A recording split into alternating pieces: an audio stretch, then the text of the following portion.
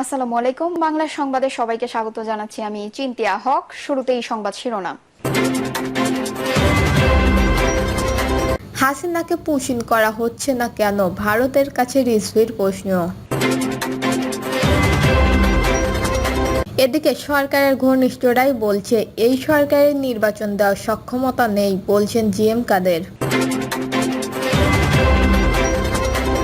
জানাবো, নিষিদ্ধ না করে নির্বাচন হলে জাতীয় পার্টি রূপে ফিরবে আওয়ামী লীগ, বলছেন রাশেদ খান। জানাবো, আকাঙ্ক্ষিত বাংলাদেশ এখনো পায়নি, বলছেন নাহিদ ইসলাম। এবং সর্বশেষ জানাবো, বৃষ্টি ঝরবে কয়দিন, জানালো অধিদপ্তর। শুনছিলেন সংবাদ শিরোনাম, এবারে বিস্তারিত। হাসিনাকে পুশিং করা হচ্ছে না কেন, ভারতের কাছে রিজভির প্রশ্ন। বিএনপির সিনিয়র যুগ্ম মহাসচিব রুহুল কবির রিজভী ভারতের প্রতি প্রশ্ন রেখে বলেছেন, শেখ হাসিনাও তো বাঙালি মুসলমান, বাংলাদেশের মানুষ, তাকে পুশিং করা হচ্ছে না কেন।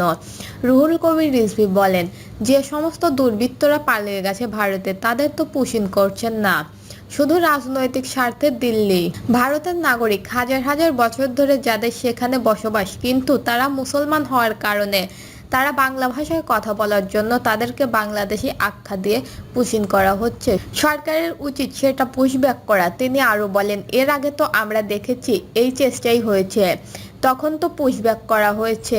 এটা হয়েছে একটা দেশপ্রেমিক সরকার, জাতীয়তাবাদী সরকার, তাদের এটা দায়িত্ব। ভারতে পালিয়ে যাওয়া বাংলাদেশের দুর্বৃত্ত, লুটেরা, ব্যাংকের টাকা পাচারকারী এবং প্রকাশ্যে গণহত্যাকারীদের আশ্রয় দেওয়া হয়েছে, এগুলো বাংলাদেশের মানুষ সবই বুঝতে পারছে উল্লেখ করে বিএনপির সিনিয়র যুগ্ম মহাসচিব বলেন, তারা জানে কেন করা হচ্ছে, কি জন্য করা। এই জন্যই যে সেই দেশ তাদের পছন্দ মতো সরকার চায়, সেই সরকারকে জনগণ পছন্দ করুক বা না করুক তাতে কিচ্ছু যায় আসে না, তাদের মনোনীত ব্যক্তি থাকতে হবে। তার মানে এটা কারা করে, যারা প্রভুত্বকামী দেশ, যারা সন্ত্রাসবাদী দেশ, তারা যখন অন্য দেশকে দখল করতে চায় বা প্রভাব বিস্তার করতে চায়, তাদের প্রতিভাকে সেই সব জায়গায় সেই সব দেশে বসিয়ে রাখে। শেখ হাসিনা ছিল সেই প্রতীক।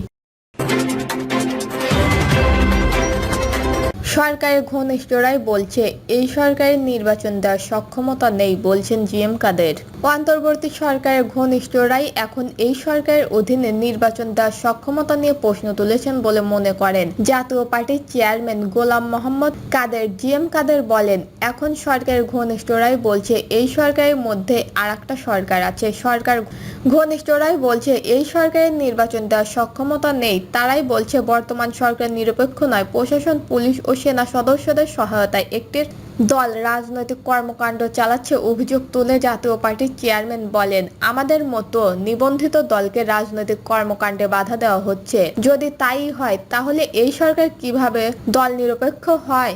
তাই অন্তর্বর্তী সরকারের রাষ্ট্র পরিচালনা এবং গ্রহণযোগ্য নির্বাচনের আয়োজনে সক্ষমতা নিয়ে প্রশ্ন উঠেছে। দেশের বেকারত্ব, বিদেশি বিনিয়োগ স্থগিতের, পোশাক শিল্পের সংকট সহ বিভিন্ন সংকট থেকে উত্তরণে সবার অংশগ্রহণে একটি গ্রহণযোগ্য নির্বাচনের বিকল্প নেই বলে উল্লেখ করে বিবৃতিতে বলা হয়, সবাই অংশগ্রহণ নিশ্চিত হতে হবে, সব দলের জন্য লেভেল পেন্ডিং ফিল্ড নিশ্চিত করতে হবে, নির্বাচনে কোনো সরকারি দল থাকতে পারবে না। জিএম কাদের অভিযোগ করে বলেন, সরকারের সমালোচনা করায় তার নামে একের পর এক মামলা দেওয়া হয়েছে, তার ব্যাংকের হিসাব জব্দ করা হয়েছে, পাসপোর্ট দেওয়া হচ্ছে না। জুলাই আন্দোলনের পর মিথ্যা মামলায় জাতীয় পার্টির নেতাকর্মীদের গ্রেপ্তার করে জামিন দেওয়া হচ্ছে না। বিবৃতিতে সরকারের বিরুদ্ধে কেউ ক্ষোভ প্রকাশ করলেই তাকে ফ্যাসিস্টবাদের দোসর বলে ট্যাগ দেওয়া হচ্ছে বলে অভিযোগ করা হয়। মাইলস্টোন স্কুল পরিদর্শনে গিয়ে কয়েকজন উপদেষ্টা জনরোষে পড়ার ঘটনা উল্লেখ করে তিনি বলেন, দেশের অধিকাংশ মানুষকে ফ্যাসিস্টবাদের দোসর বানিয়ে সরকার বিপদে পড়েছে মনে হচ্ছে। সরকার জাতীয় পার্টির মধ্যে বিভেদ সৃষ্টি করতে চাইছে উল্লেখ করে জিএম কাদের বলেন, আমাদের রাজনীতি করতে দিবে কিনা বা নির্বাচন করতে দিবে কিনা তা নিয়ে সরকারের চিন্তা ভাবনা চলছে। জাতীয় পার্টিকে নিষিদ্ধ করা যেহেতু এ প্রেক্ষাপটে দেশি বিদেশি গ্রহণযোগ্য করা যাচ্ছে না, সেই কারণে জিএম কাদের বিহীন জাতীয় পার্টি তৈরির অপচেষ্টা লক্ষ্য করা যাচ্ছে।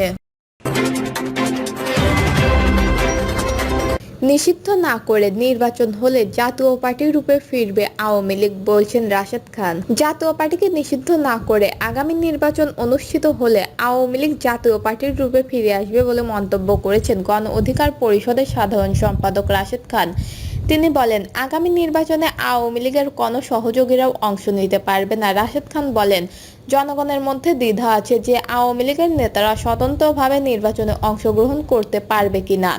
তবে এ বিষয়ে প্রধান নির্বাচন কমিশনার এম নাসির উদ্দিন তাদের আশ্বস্ত করেছেন, আওয়ামী লীগের পদে থাকা কেউ স্বতন্ত্রভাবেও অংশগ্রহণ করতে পারবেন না। তবে প্রধান নির্বাচন কমিশনারের কাছে গণ অধিকার পরিষদ জানতে চেয়েছে যে 2014, 2018 ও 2024 সালের নির্বাচনে যারা সংসদ সদস্য ছিলেন আওয়ামী লীগের কোনো পদে নেই, কিন্তু ফ্যাসিস্ট ব্যবস্থা কায়েমের কাজ করেছেন, তারা আগামী নির্বাচনে অংশ নিতে পারবেন কিনা এই বিষয়ে প্রধান নির্বাচন কমিশন বিষয়টি গুরুত্বের সঙ্গে বিবেচনা করবেন বলে জানিয়েছেন বলে জানান রাশেদ খান। তিনি বলেন, সিইসিকে তারা জানিয়েছে জাতীয় পার্টি ও 14 দলও তো এই ফ্যাসিস্টবাদ ব্যবস্থা তৈরিতে প্রধান সহযোগী ছিল, তাদের নিবন্ধন কেন আওয়ামী লীগের মতো স্থগিত হবে না সেটাও জানতে চেয়েছেন। গণ অধিকার পরিষদ তাদের আয় ব্যয়ের হিসাব জানিয়েছে, গত বছরে তাদের আয় ছিল 46,09,300 টাকা, এর বিপরীতে ব্যয় ছিল 45,96,088 টাকা।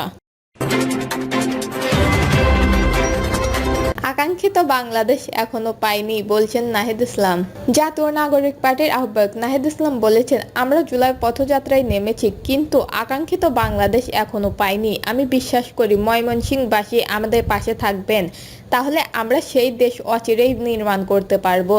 তিনি বলেন, দেশ সংস্কার প্রক্রিয়া চলছে, ঐকমত্য কমিশন বলেছে জুলাই সনদ হবে, আমরাও বলেছি জুলাই সনদ হতেই হবে এবং সেটা 5 আগস্টের মধ্যে। জুলাই সনদের জন্য দ্রুত সময়ের মধ্যে আমরা ঐক্যবদ্ধ চাই।